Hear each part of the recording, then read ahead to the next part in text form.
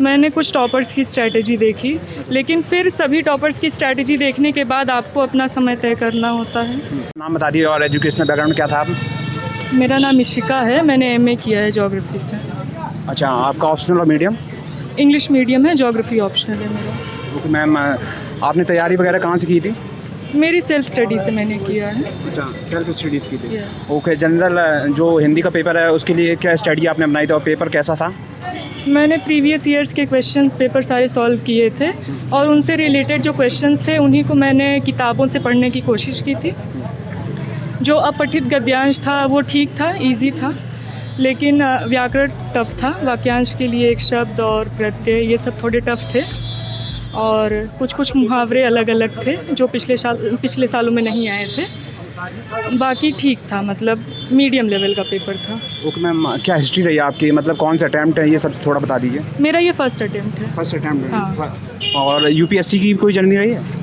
UPSC मैंने दिया था इस बार, यूपीएससी यूपीपीसीएस दोनों दिया था, पर यूपीएससी में नहीं हुआ था, इसमें हुआ था। मतलब उसमें क्लियर नहीं हुआ? प्री उसमें नहीं हुआ था। हाँ। अच्छा मैम, आप जैसे कि बोला आपने सेल्फ स्टडी की है, तो सेल्फ स्टडी की जब बात आती है तो मैम काफ़ी सारी प्रॉब्लम्स आती है। एक तो सिलेबस इतना वास्ट है और सोर्सेज इतने सारे हैं, तो उसमें चूज़ करने में सबसे बड़ी प्रॉब्लम आती है और टाइम टेबल कहाँ से स्टार्ट करें, इन सब चीज़ों में बड़ी प्रॉब्लम आती है। तो आपने किस तरह से स्टार्ट किया था? मतलब जो स्टार्टिंग न्यू एस्पिरेंट है वो स्टार्ट करना चाहें अगर सेल्फ स्टडी से, तो किस प्रकार उनको स्टार्ट करना चाहिए?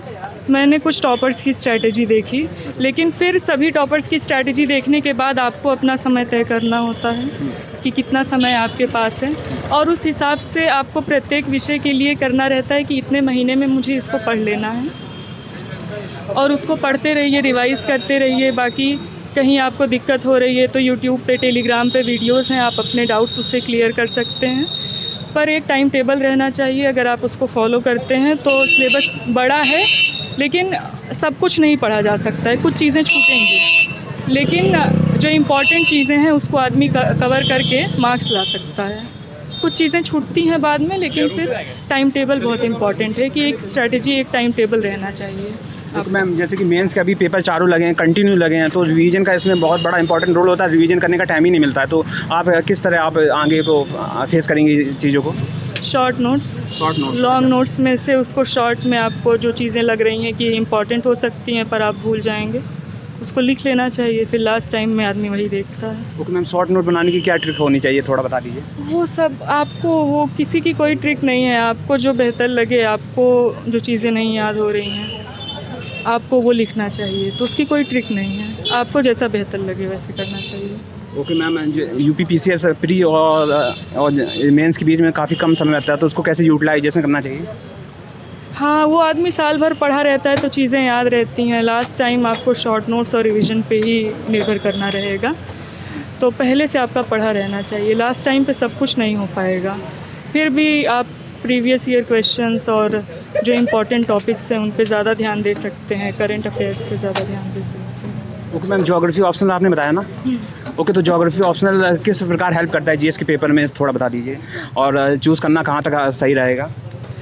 देखिए, ज्योग्राफी जो है मल्टी डिसिप्लिनरी सब्जेक्ट है, उसमें हम सोसाइटी भी पढ़ लेते हैं, पॉलिटिकल ज्योग्राफी भी है, इकोनॉमिक ज्योग्राफी है, पूरा इकोनॉमी के पोर्शन उसमें रहता है। तो ज्योग्राफी अपने आप में एक मल्टी डिसिप्लिनरी साइंस है, तो मार्क्स भी मिलते हैं क्योंकि डायग्राम रहता है, ग्राफ रहता है, इस सब से मार्क्स भी मिलते हैं। तो ये अच्छा सब्जेक्ट है, हर सब्जेक्ट में आपको मदद देगा। जैसे कि जियोपॉलिटिक्स है, आप रशिया चाइना पढ़ रहे हैं तो आप वो ज्योग्राफी में भी पढ़ेंगे, उसको आपको स्पेस से रिलेट करके बताना रहेगा। लेकिन फिर जिसकी जैसी रुचि हो उसको वैसा ही ऑप्शनल चूज़ करना चाहिए। ज्योग्राफी अच्छा है क्योंकि मल्टी डिसिप्लिनरी है वो। ओके मैम, क्या आपको लगता है कि आंसर राइटिंग कब से स्टार्ट करनी चाहिए एस्पिरेंट को? हाँ, मतलब शुरू में जब आपके पास कोई नॉलेज नहीं है तो आप आंसर राइटिंग तुरंत नहीं कर पाएंगे। मतलब आपको तैयारी करते हुए 4-5 महीने हो गए हैं तो उसके बाद आप शुरू करिए आंसर राइटिंग, और जो है फिर आप टेस्ट सीरीज ज्वाइन करते हैं, ये सभी सब से आपको जो है एक प्रैक्टिस मिल जाती है।